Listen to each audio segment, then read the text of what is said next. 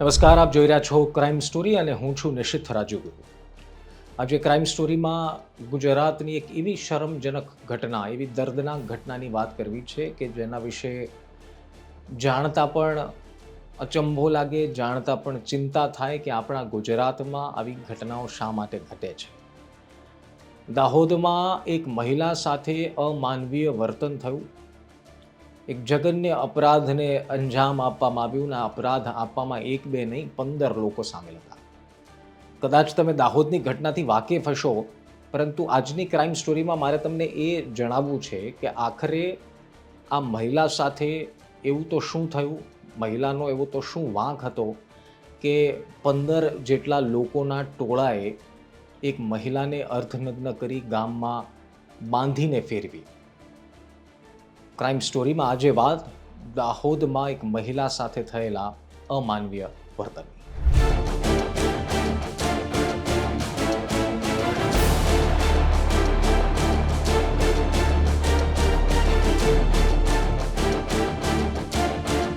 સૌથી પહેલા એ સમજો કે આખા કહાનીમાં થયું છે શું. તો આખી કહાનીમાં મૂળ વાત એવી છે કે એક મહિલાને અર્ધનગ્ન કરીને બાઇક સાથે એના હાથ બાંધીને બાઇક આગળ ચલાવવામાં આવી અને એ મહિલાને આખા ગામમાં ફેરવવામાં આવી. એ મહિલા 2 જણા બાઇક પર બેઠા હતા. લગભગ 10 જેટલા લોકો આજુબાજુ ચાલી રહ્યા હતા. કેટલાક લોકો પાછળથી, કેટલાક લોકો આગળથી વિડીયો બનાવી રહ્યા હતા. અને મહિલાને એટલી અપમાનિત કરવામાં આવી, એટલા જઘન્ય અપરાધને અંજામ આપવામાં આવ્યો કે જેના વિશે વિચાર સુદ્ધા પણ આપણે ન કરી શકીએ. અને આ જ્યારે ઘટના સાંભળી તો પહેલો સવાલ કદાચ તમને ને મને એ પણ થાય કે શું ગુજરાતમાં આવી ઘટનાઓ ઘટી શકે ખરી. પરંતુ હવે હું તમને એ જણાવવા માંગુ છું કે આ ઘટનામાં ગ્રાફિક્સની મદદથી હું આપને જણાવું કે આખા ઘટનામાં એક બાદ એક મુદ્દા કે થયું છે શું. એવું તો ક્યારની આ ઘટના છે, શું આ ઘટનામાં ઘટી ગયું, કોણ આરોપીઓ છે, આ મહિલા કોણ છે, એક બાદ એક હું આપને આ મુદ્દા સમજાવવાનો પ્રયાસ કરું. તો સમજો કે થોડા દિવસ પહેલાં સાસરી પક્ષના લોકોએ એક મહિલા પર, એમના દીકરાની વહુ, એમના પર એવો આરોપ લગાડવામાં આવે છે કે દાહોદમાં તારા કોઈ વ્યક્તિ સાથે અનૈતિક સંબંધ છે, એવો આરોપ છે, એવી શંકા છે. 2-3 દિવસની આ ઘટના બાદ એ મહિલા પર શંકા અને કુશંકાઓની વાતો વચ્ચે આખો સાસરિયા પક્ષ, આખો પરિવાર ભાન ભૂલી જાય છે અને કંઈક એવું વિચારી લે છે કે જે આ સૃષ્ટિ અને આ આપણા કાયદાની વિરુદ્ધ છે, જે માનવતાની વિરુદ્ધ છે. ગામમાં રહેલા એક વ્યક્તિના ઘરે આ આખું ટોળું પહોંચે છે. એ કહેવાય છે કે જે ઘર છે એ મહિલાનો તથાકથિત પ્રેમીનું ઘર છે. એ પ્રેમીના ઘરે પહોંચે છે, એ મહિલા ત્યાં હાજર હોય છે.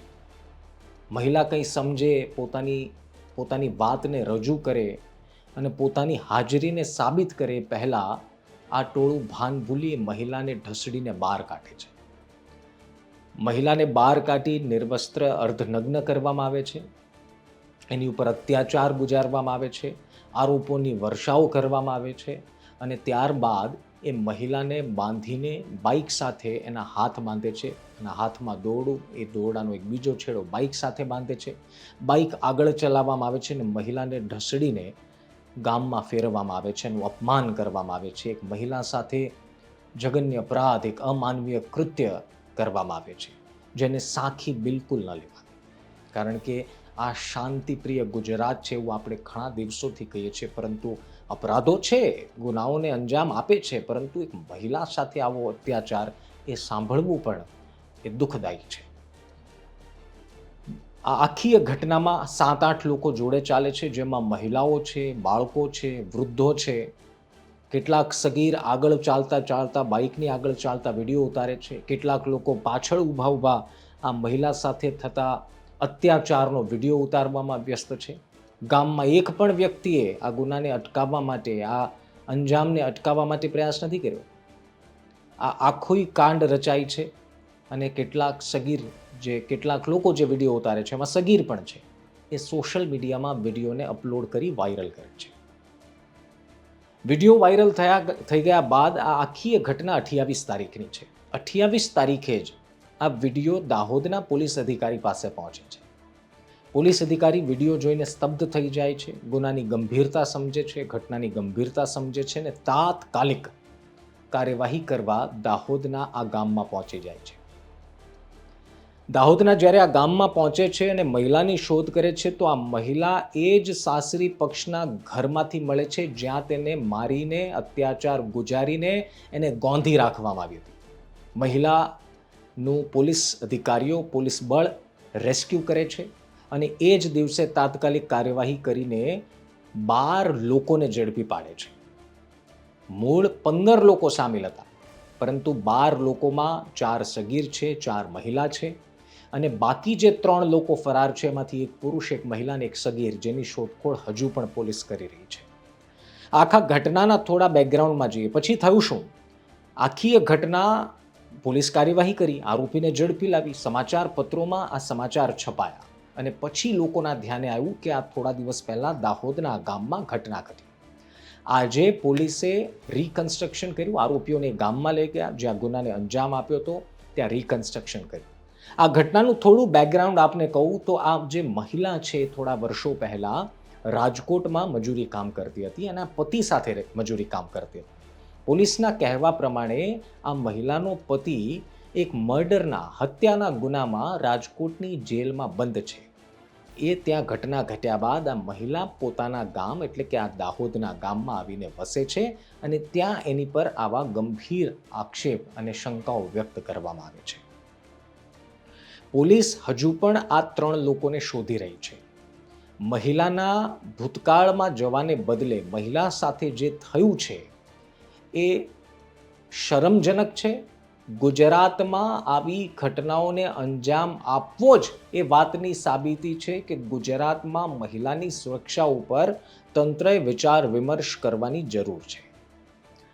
આ આખી ઘટના છે, પરંતુ જતા પહેલા રિકન્સ્ટ્રક્શન તો થયું, પરંતુ હું આ સરકારને વિનંતી કરવા માંગુ છું કે આવી ઘટનાઓ ગુજરાતમાં ન થાય એની માટે હર્ષ સંઘવી સાહેબ એક દાખલો બેસાડવો જરૂરી છે. અને એ વાત સમજો કે આમાં કદાચ સરકારનો કોઈ વાંક સીધી રીતે તમને ન દેખાતો, પરંતુ માનસિકતા લોકોની બદલવા માટે પણ એક દાખલો આપણે બેસાડીએ તો જ આવા લોકોના મનમાં એક બીક પેસી જશે, આવા લોકોને એક પાઠ ભણાવવા જેવું દેખાશે. અને એની માટે જે પણ આરોપીઓ ઝડપાયા છે, જે પણ ગુનેગાર છે, ને કાયદાની રૂહે એવો પાઠ સરકાર ભણાવે કે ગુજરાતના એક પણ ખૂણામાં, એક પણ અંતરિયાળ ગામમાં કોઈ મહિલા સાથે આવું કૃત્ય ન થાય. આપણે વિદેશમાં જઈને બાંગા મારીએ છીએ કે અમારું ગુજરાત તો ખૂબ સુરક્ષિત છે, અમે રાત્રે ગરબામાં મહિલાઓ અને દીકરીઓ 2-2:30 વાગે પણ એકલી પોતાના ઘરે જઈ શકીએ. જો આપણે વિદેશની ધરતી પર આવા બાંગા મારતા હોઈએ ને, ત્યારે ગુજરાતમાં આવી ઘટનાને સાખી ન લેવી જોઈએ. અભિનંદન છે દાહોદ પોલીસને જેણે ત્વરિત કાર્યવાહી કરી અને અભિનંદન છે એ તમામ પોલીસ અધિકારીઓને જેણે ઘટનાની ગંભીરતા સમજી. પરંતુ હવે સરકારની જવાબદારી છે. પોલીસે એમનું કામ કર્યું, તંત્રએ એમનું કામ કર્યું, એમાં કોઈ બેમત નથી.